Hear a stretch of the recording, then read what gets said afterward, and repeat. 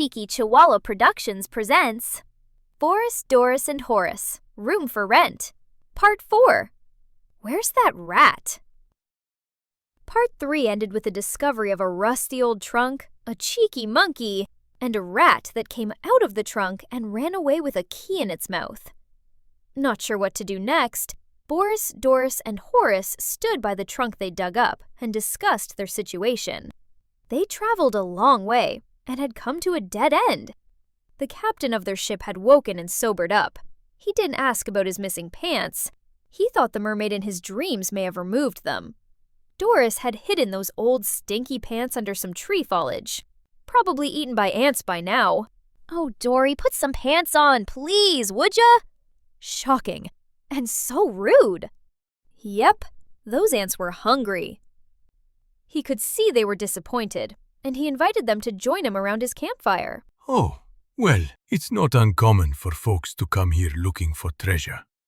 That map of yours has been well published all over the internet over recent years. Things weren't that bad, really. They were away from their apartment, which was a nice change, but all of their excitement had faded. Horis, on the other hand, had increased his levels of excitement.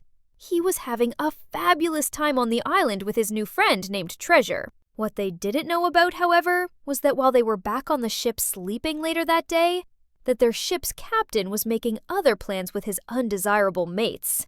One of which was Big Rufus, freshly out of jail. Yeah, the pirates thought they were real tough, but they were more like girls in men's clothing, scared of the rat who visited to spy on what they were up to.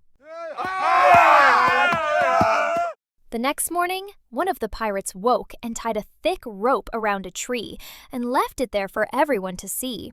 The rope turned into a game for Horis and Treasure, who circled it at great speed.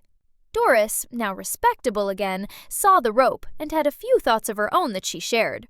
I always get a little suspicious when I see rope tied to a tree or a bedhead. Let's just hope it's here to secure the dinghy from the ship. Yeah, I'm sure that's what it's here for. No one saw the rat hiding up the tree. That mysterious rat who'd run off with the key had been up there watching all the activity. By the time Boris got to the tree, Doris had already been tied up to it. Doris suggested to Boris that he could help her to get free, but Boris had another idea. He opened his book and said a prayer.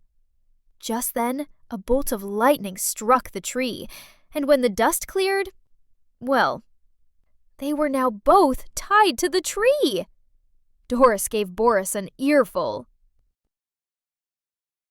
Lucky for them, the rat had good teeth. It came down and chewed the rope and set them both free. Boris then had another idea. He said another prayer, looked up, waiting.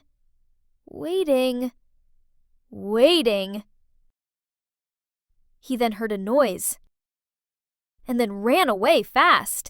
Lightning struck the tree, causing an explosion at the base of the tree. And when the dust cleared, voila! Like magic, 2 of the pirates had been captured. They weren't happy at all. They screamed like 2 little babies.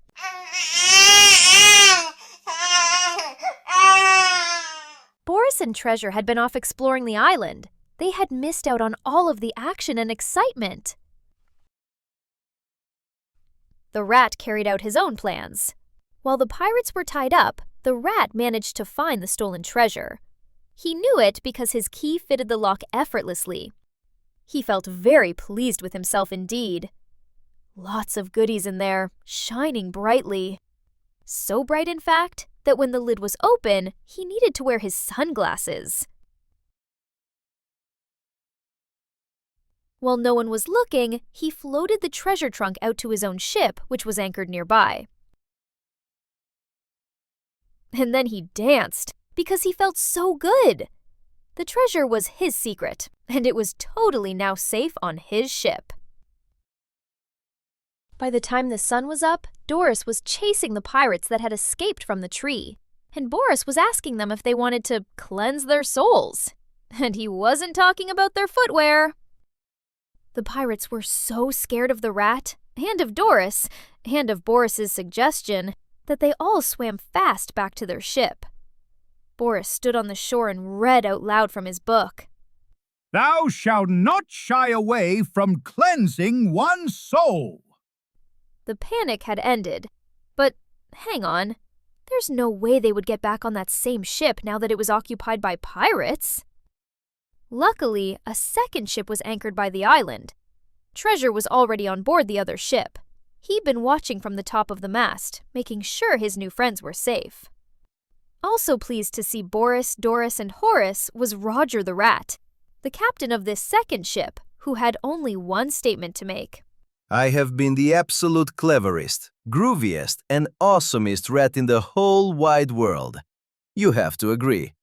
They all agreed. Roger took position at his ship's wheel and headed back to the mainland. They were excited to be heading home. They enjoyed champagne and freshly cooked fish and discussed the highlights of their adventure. But where was Doris? Doris was down in the cabin grabbing tins of peas. I always feel much lighter and healthier when I've had a good pee. And Boris is often asking me if I need a pee. Luckily for our trip home, I've got enough peas for everyone. It was a pleasant trip home. Everyone was happy. Nobody questioned what was inside Roger's extremely heavy trunk as they wheeled it on board the plane. Feeling relaxed, Doris got into the champagne on the flight home, and Boris kissed the pages of his book. They'd had quite an experience. Horis introduced his new friends to his girlfriend, who just happened to be on the same flight. He was relieved. There was no sign of the white poodle. Back at home and unpacked, Boris and Doris returned to their windowsill. They realized they enjoyed a drink or four, and so drinking became a daily event. It made their conversations funnier. Treasure and Roger moved into the apartment upstairs and became an item. Roger enjoyed having an abundance of treasure in every direction. Roger spoiled Horis with all of the treats that he could ever wish for. Just one small problem. Horis ate so much and grew so large that he couldn't get out of his doghouse. On the ground floor and on the first floor of 53 Rolio Terrace, everyone was happy. And that was all that mattered.